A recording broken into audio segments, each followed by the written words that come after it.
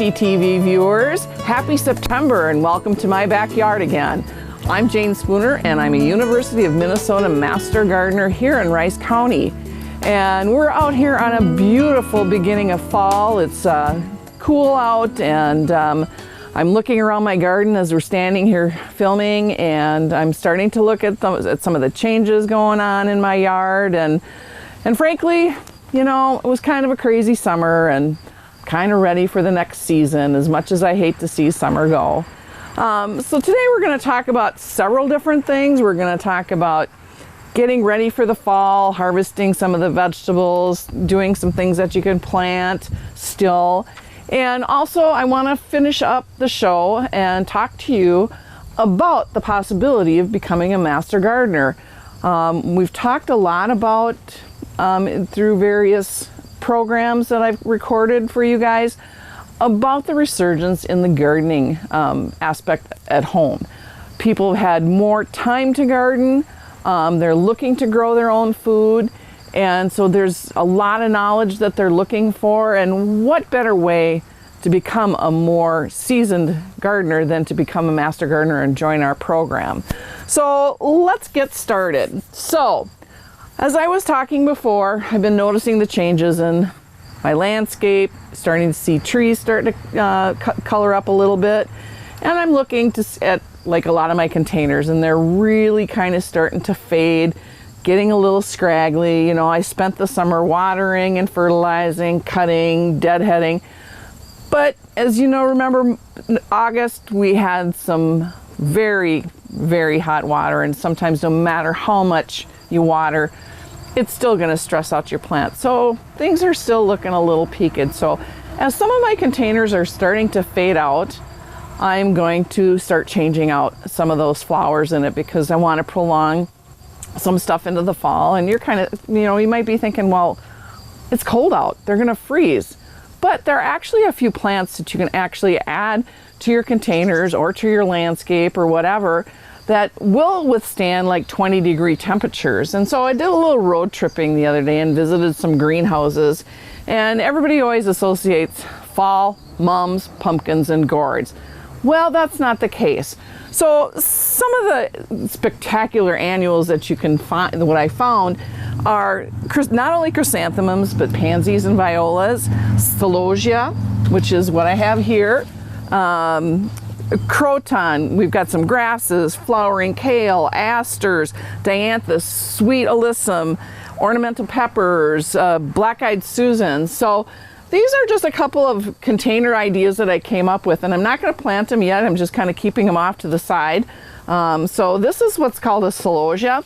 So it's got this big, beautiful, plumy flower on the top, and it will withstand temperatures into about the 20s. It comes in yellow. I've seen it in peach. I've seen it in red. And this is a really nice, big, healthy plant. And I'm gonna add some of these pansies to it, as you can see. And you're thinking, pansies, that's a spring flower. Well, yep, it does very, very well in the spring because it likes those cooler temperatures. So again, we're heading into that season temperature where it's going to be a little bit cooler. So these are going to be really prolific and love this cool weather. And if you had pansies in the spring and tried to take them through the summer, well, when we got those really, really hot days, these just took off and they got really scraggly. I tried to cut mine back and keep them watered and keep it in a shaded place, but you know, they kind of gave it their all, and you know, so I was able to find some. So I'm going to do an arrangement like that in one of my containers. And then, of course, I do have to have mums, and I will say I do love mums. And these come in so many great colors. I've got this yellow one here, there's white, there's bronze, there's orange, there's a burgundy, purple, and they just are beautiful. And my son got married a couple of years ago in October, and I was able to find these huge mum plants and find some big ferns, and I actually decorated their little area that they were getting married at over in Red Wing. And it just made for a beautiful backdrop for pictures and everything. And so we got this mum, and like I said, we have this carex grass. Now it looks like it's dead because it's brown, but actually that's the color of it. And I do love this grass because I like the color of it and I like the texture of it. And I do have some in some other pots. So as I kind of clean those out, I'm going to take those out and add them and kind of recycle them into another pot. So just put that there. And then I've got a flowering kale. Now, you're not going to want to eat this. I know people will make kale chips or eat kale salads or whatever, but this is more ornamental. So we're going to pop this guy in there. And then for another pop of color, just for some different texture, I have this ornamental pepper called sangria. And so all these different colors are just going to make for a really beautiful pop on your front porch or your back patio area, because there's still going to be some cool nights that you can sit out around the fire or have, you know, a midday lunch out on your patio. My husband and I usually do a Saturday, Sunday morning brunch out here on the patio, even in the fall, and just have a chance to still drink in some beautiful weather. So those are just a few ideas. So, you know, get out, take a little bit of a road trip and see what you can come up with, because there's lots of things out there, and it's always good to support your local greenhouses.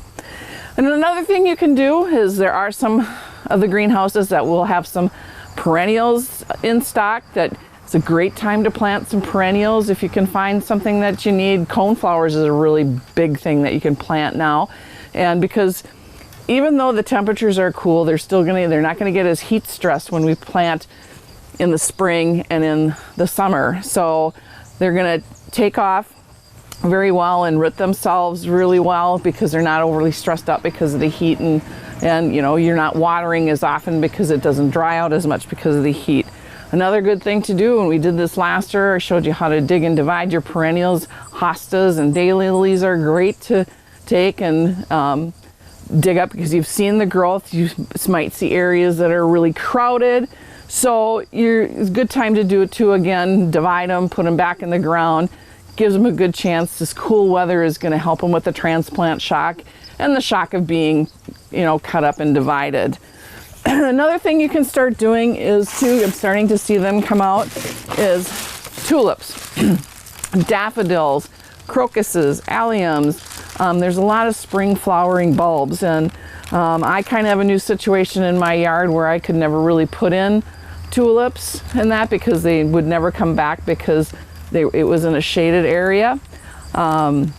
But we took down a huge pine tree because it had died out. It had been on our property for over 50 years. It was an original to the building of the house, and it finally gave its all, so we took that out. So what used to be kind of a shady area is now full sun. And so with tulips, you know, you always leave the green up after they're done blooming so that it recharges that bulb, and it never would because of course it was shaded. So these are good things. Start looking for these and get those put in your garden. And you know, we talked a lot about people growing their own vegetables. Well, you know, you're starting to see your own vegetable garden, if you had one, to kind of start to fade out. And you're picking your tomatoes, you're picking your cucumbers and whatever else is out there. But now is a good time to plant what is known as cold crops. And those are the crops at the beginning of the season in the spring that we plant that like that cool temperature and will do better. And when it gets really, really hot, that's when you see them bolt. And so they don't really do good in midsummer. So now you can go back to the things like beets, bok choy, radishes. You can even do green beans, cauliflower, kale, lettuce, peas, radishes, Swiss chard, turnips, and rutabagas. And if you can find some garlic, now is a good time to plant garlic for next spring too. So that likes to be planted in the fall for harvest then next spring and summer. So you might have to order some of those seeds online. If you can't find any and want to try it next year, make sure you buy extra when you're buying next spring. So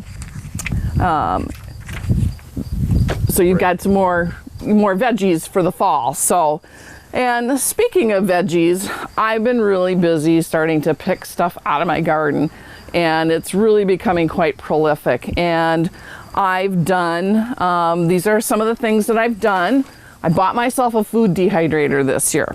So I actually took we're getting ready to leave for vacation, and so I've got tons of tomatoes and I've just about given them to everybody. But I thought, well, what can I do besides canning them or freezing them? Well, I started doing a little research, and so I found that you can dehydrate your tomatoes, much like you can buy, you know, a dried tomato or whatever. So I put these on the dehydrator last night, and some yellow and some red tomatoes. And then what I'm going to do is I'm going to throw this in a blender. I've got a NutriBullet, and I'm going to pulverize these and make a powder. Now what you can do with this then, with that powder, is it's a great way to get tomato paste. You reconstitute it with a little bit of water, so then you get your own little paste, or you can add a little bit more water and get more of a tomato sauce. And this is also a great way if you have kids that don't like vegetables. Sprinkle a little bit of this powder into your meatloafs, not only for the flavoring, but it's still getting more vegetables. You can put it in your hot dishes. So there's a lot of these vegetables that you can do this with to get more flavor into your food and get veggies onto your table. My pepper crop, I had red, yellow, and green. I took and just cleaned them out, put them into strips, and then just took a vacuum sealer and threw that in the freezer just like that. So now in the winter time, when I'm making stir fry or sausage and peppers with pasta sauce, the stir fry, throw them in a roast. I've got these fresh, I just throw them in there, open up the bag and throw them in there frozen, and cook it up. And you do taste the difference, I can tell you, from what you buy in the store to what you've pulled out of your freezer. Another thing that I've done is, again, bought a food dehydrator, and I'm making some of my own seasonings. So this here were a bunch of ancho peppers that I had, and again, I can only eat so many of those, but I can keep these longer. I dehydrated these and I threw them in. I have a little coffee grinder that's now just for spices, and I ground it up. And the next time my husband gets out his smoker to smoke up some ribs, I'm going to throw this on a pan and kind of cold smoke it, so I have kind of a smoked ancho. So for all my Mexican dishes, for my for ribs, my husband will use it as a seasoning to kind of add that to it. So great addition. Serrano peppers, I dried those up as well, so that's got a little bit of a heat. And then habanero, and I'm going to tell you, caution, when you're picking really hot peppers, even when you're picking them, wear gloves, because I was picking habaneros, I had some ghost peppers, and I had some Trinidad scorpions, and I was just out in the garden pulling them thinking, oh, I should be fine. Well, I wasn't, and I touched my face and I was on fire. So make sure every time you handle really hot peppers like this, you're wearing gloves. And then when I actually pulverized these in my spice mill, I wore a mask, I wore safety goggles, and I actually went out into my garage and did it out there, so that when I took the cover off, you could see just the powder, because it's such a fine powder, and it just I got a little bit of a whiff of it. So be really careful when you're working with hot peppers like this. So those are just some of the other things that I've been doing to kind of preserve the summer, much like we talked about doing the butters and the oils and stuff in the last episode. So just having that stuff around just for, extra food and just prolonging summer.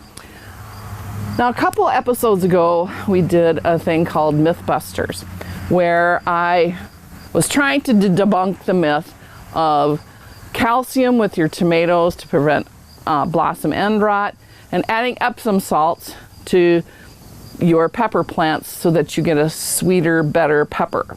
So I thought my tomatoes were going to be a failure because I've had a lot of problem with deer in my yard, and I've lost quite a few things. But so I set the tomato plants aside because they had chewed it down and taken off all the tomatoes. Well, lo and behold, they must have had their fill of tomatoes, because I went back and today I found 2 tomatoes, a tomato on each plant. One plant had eggshells that we put in it for the calcium, and the other one just had just regular fertilizer in it. And their thought is, when you put eggshells into your with your tomato that you don't get blossom end rot. Well, I don't have any blossom end rot on either one of them. So, like I said, if it works for you, great. I didn't see any difference, but then they were consistently watered in the morning. They were treated the same, and that's really the key to kind of keeping your tomatoes healthy, is consistent watering and good healthy soil. So we're okay with that one. So now I have a special guest joining me that's going to be my pepper taster. Now, I planted 2 green peppers. One I just used regular fertilizer and at a time release fertilizer, and the other one I just added Ep7 salts to it. And the thought is that you get a bigger, sweeter pepper. So I have them cut up. So if my camera guy Troy would join me, and he's going to be my blind taste testers, and I mark the bowls, I put the peppers in the bowl, and they're marked on the bottom, so I don't even know which one is which right now.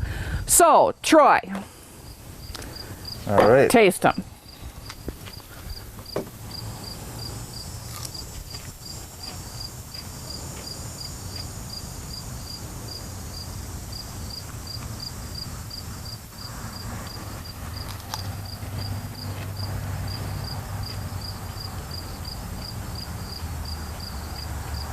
That one has more flavor to it. Okay. It might be a little sweeter, I'm not sure, but Okay. there's definitely a difference between the two. Okay, there is. Yep. So you would pick that one? Yeah, this one has more flavor to it. Okay. Yep.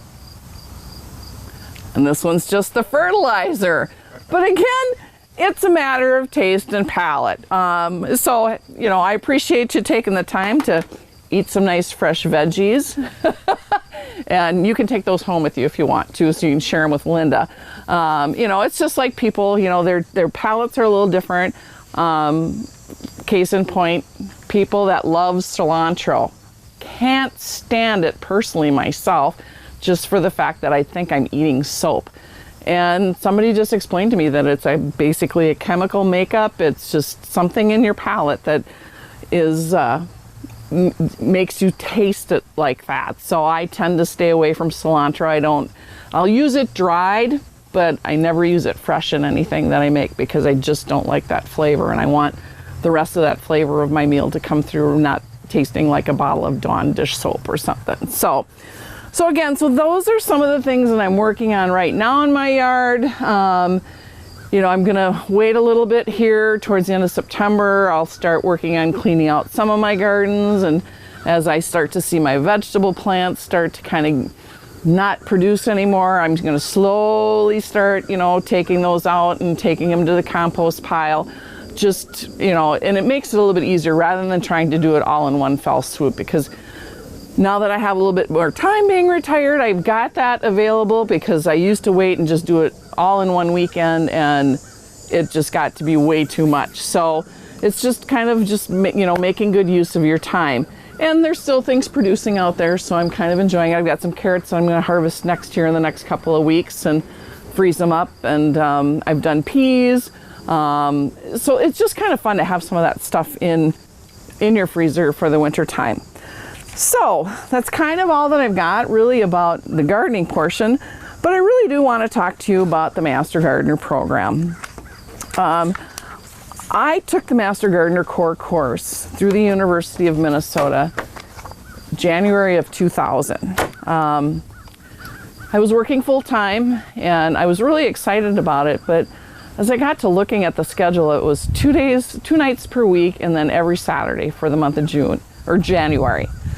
And I thought, God, I'm working all day, and then I have to hop in the car and I have to drive all the way to the St. Paul campus. And I'm thinking to myself, what are you doing? And it, you know, the first night that I sat there, I just automatically became mesmerized by all the knowledge and the number of people there and the enthusiasm of everybody.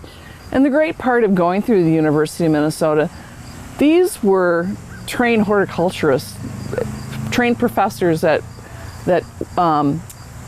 teach at the university. So I was getting top-notch information right from the source, and everybody that had their specialty. So it wasn't just one teacher that was teaching the whole course. I was exposed to so many different teachers that it was so great, and a great book. And, you know, especially on Saturdays when we would take our lunch break, you would change groups where you sat all the time, and you would talk to people and all their passion and what they already knew and what they were going to use with their, how they were going to use their knowledge in their communities. And when I think, I just celebrated my 20th year as a Master Gardener, and I think of all the people that I've met and all the things that I've learned, and I'm still learning. There's always something new coming out. So the Master Gardener program actually started in 1973 by Dr. David Gibby out at the Washington State University Extension. And he started it with just 25 people. He kind of just did kind of a beta test with it to see what it was like. And it was basically just because people were starting to become really interested in gardening. And so it was kind of overtaxing some of our extension offices, our extension agents. You know, they were busy helping farmers with their corn, their beans, and whatever else. So it was just a way to get you to volunteer, you know, your knowledge and your services. So a few years later, in 1977, the Master Gardener program was adopted by the University of Minnesota.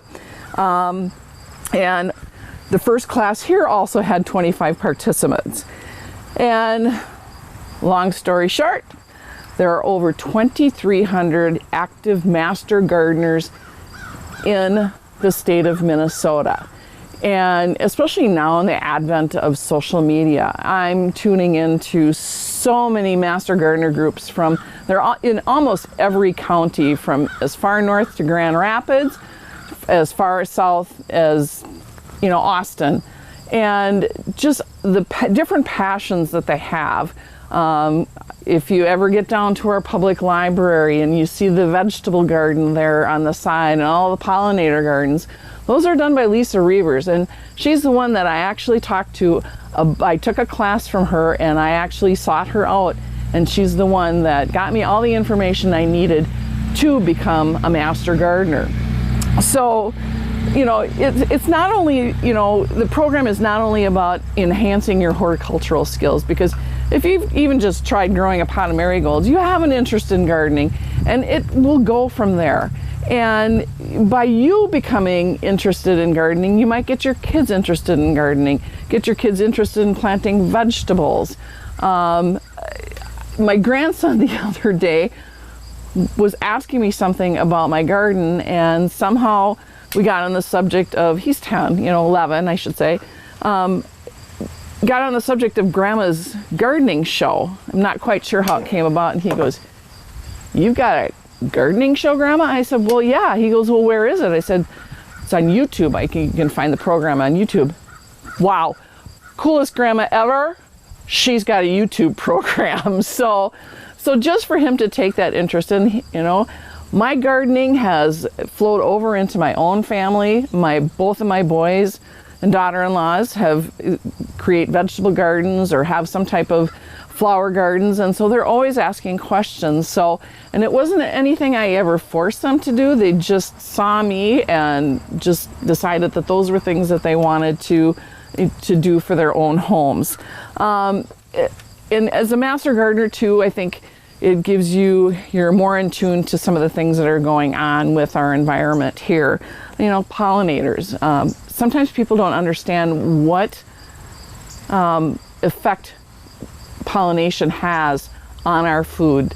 It basically, if you don't have bees, you're not going to have apples to zucchini, because it affects just about every vegetable, every flower, every crop out there that you need that pollination. So just being more in tune when you're doing things with chemicals in your yard, and just building an environment in your landscape to help promote that.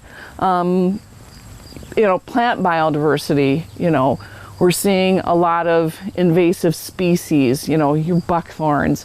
You know, there's a constant battle up at our nature center, even in my home landscape. When I bought my house, there was this tree in the backyard, and I never really paid a lot of attention until one day I was sitting underneath it and I went, "That's buckthorn that was trained into a tree. I wonder how long that's been there." Well, we took it down, but to this day I still battle it in my own yard. And so I'm constantly, you know, picking and pulling and cutting. And so it's otherwise it's going to choke out everything that I've worked for in my landscape. Nature, it gives you the chance to partner in town with things. The master gardeners here in Rice County go down to the fairgrounds. We have a demonstration garden there. Every year we have a plant sale. So we're helping people buy plants economically, especially if they're, they want something for their yard, but they just can't afford greenhouse prices. And that's nothing wrong with the greenhouse, I get that.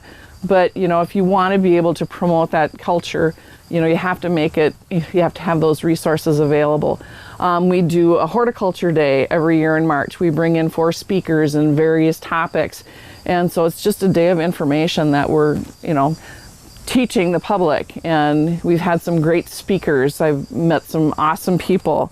And 2, by being a master gardener, you're looking out for different things in your home and helping keep your water cleaner.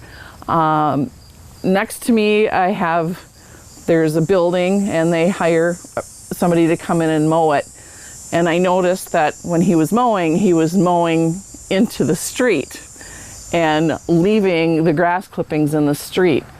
Well, I knew enough to just nicely approach him and go, you do realize that you're ruining our water by letting that go down into the storm drains, that you need to get that off the pavement. And so I just approached him, I gave him the information that I needed and just to get that off of there, because as those grass clippings go into our sewer system and go into our lakes, that's where we're starting to see the pollution. It's building up those algae, and if they treat their lawn with anything, it's adding those chemicals to it. So it's a way for you to spread your knowledge even just a little bit with just a guy that mows a lawn. So again, promoting the clean water. Climate change, we talk about climate just by learning how it affects when they go in and clear out a lot with trees and stuff and what that does to the landscape, and they're bringing in dirt from other areas. So just it makes you more aware of what's going on in with your climate.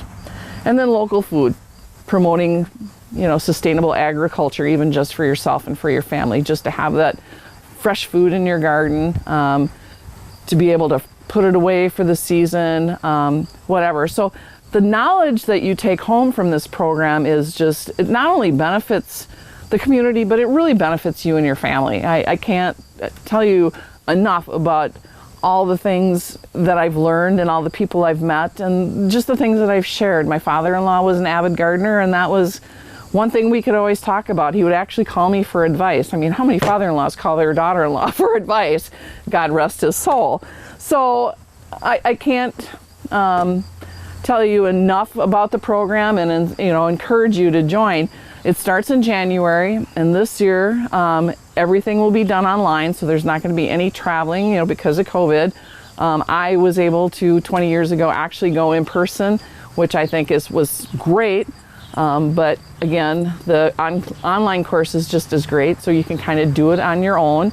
It's 48 hours of core subject matter that you're learning, and it's everything from flowers, vegetables, trees, shrubs, lawns, and not every part of it's going to be totally interesting to you, but at least it's giving you the basis of knowledge, or at least gives you an idea of where you can look for the information.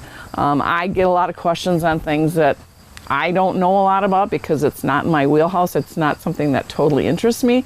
But talk to me about flowers, talk to me about a vegetable garden, talk to me about a butterfly garden, and I can send you all kinds of resources. I can talk a mile a minute about everything that you can do. In fact, my husband just kind of like, okay, don't ask her any gardening questions. We're never going to get out of here. So put 48 hours of course study, and it is fascinating. And then after that, you'll be doing some volunteer work to maintain your certification every year. But everybody kind of looks at that as daunting, but there's not just doing the volunteer work, but like, was I prepped for these shows? All my research and prep time, that's considered part of my volunteer work because I'm taking time to do that. Even your travel time will be considered. If you, like, we get our interns that are we get them involved at the beginning of the season to be involved in our Hort Day because they get 8 hours of volunteer work right off the bat. So it really does go really fast, and people are finding like, wow, I only had to do 25 hours. I've got, 50 in just by doing some of these things. So again, it's just, I can't be grateful enough to the University of Minnesota and what they've given me and what I've been able to give back to my community and what I can share with you every month when I tape these shows.